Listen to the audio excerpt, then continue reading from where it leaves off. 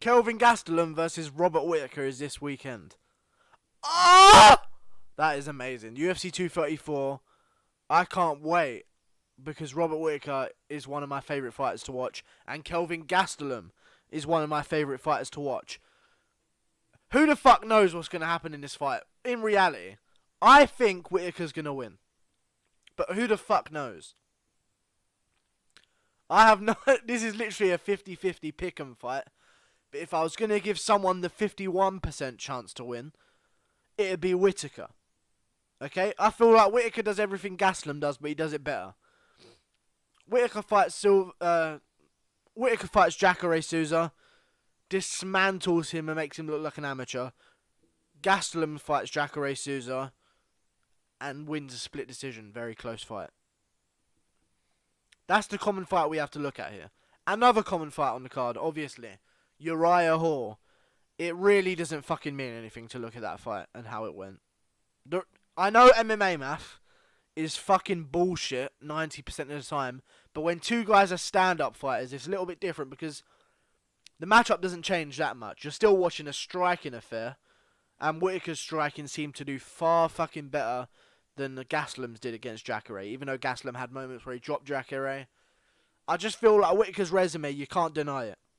I want to doubt Whittaker here because Gastelum has a fucking iron chin. Never looked like he's been like close to being finished ever, as far as I can remember. He's lost a few fights by decision, yes. He got submitted by Weidman, yes. But he's still won a lot of fights over big names at middleweight. Now, Gastelum has a piston of a fucking right hand. And Whittaker has been hurt before. Whittaker's been hurt before. We've seen him dropped. We've seen him finished by strikes by Stephen Thompson at welterweight. That's a factor going into this fight. Whittaker can be hurt. I feel like if anyone's going to get finished this fight, it's going to be Whittaker. I don't know though. Because Gastelum has a fucking good right hand, but Whittaker's the type of guy to head kick you. Gastelum isn't going to be head kicking Whittaker this fight, you know? Gastelum's going to be trying to get in range, get in the pocket. Bam, bam! Smash that 1-2 straight onto fucking Whittaker's chin. And hopefully put him out of there and do what Yoel Romero couldn't do twice. What Jacare Souza couldn't do. What Derek Brunson couldn't do. And beat Robert Whittaker. That's something you have to look at. The resume at fucking middleweight. I think it's a 9-fight win streak. Undefeated at middleweight. He was cutting down to welterweight before to start his career. He said he couldn't do it anymore. It was just draining him. And that makes sense. Because when do you see Stephen Thompson finish someone by strikes normally? It makes sense that his chin at 170 wasn't as good because of the waterweight cut. Because you go from not being able to take straight shots from Stephen Wonderboy Thompson to be able to survive fucking overhand rights from Yoel fucking Picogram Romero.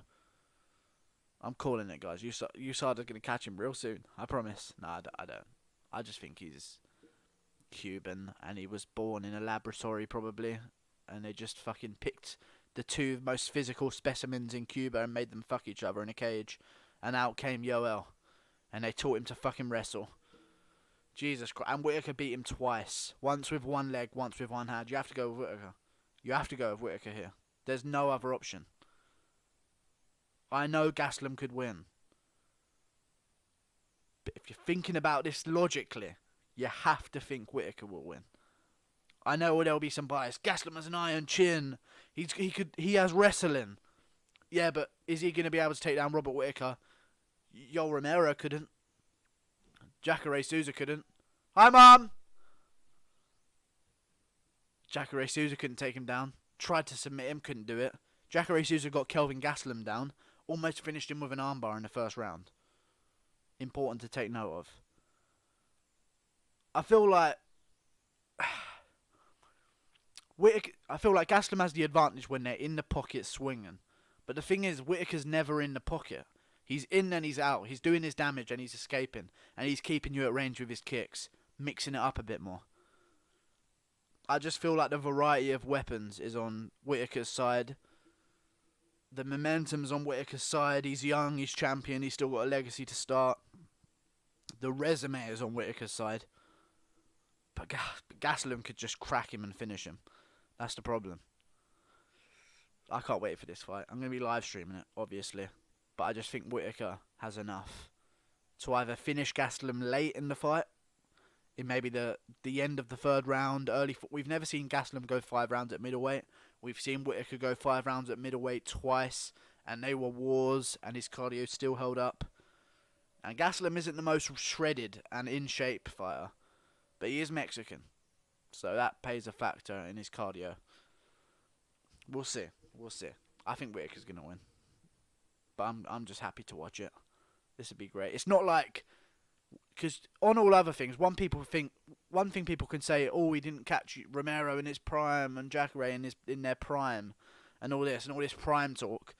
There's going to be no, oh, what if they were in their prime talk about this fight, because both fighters are young, up and coming, the best they're ever going to be at this point in life, and we're going to see who's the best middleweight in the world.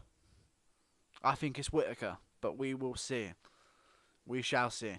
I can't wait. I'm going to do Israel Adesanya versus Anderson Silva breakdown next. It's literally a 2-fight card, let's be real, because none of the other fights are really that interesting. But either way, I'll be watching. So, yeah, hopefully there's some good finishes. See you later, guys.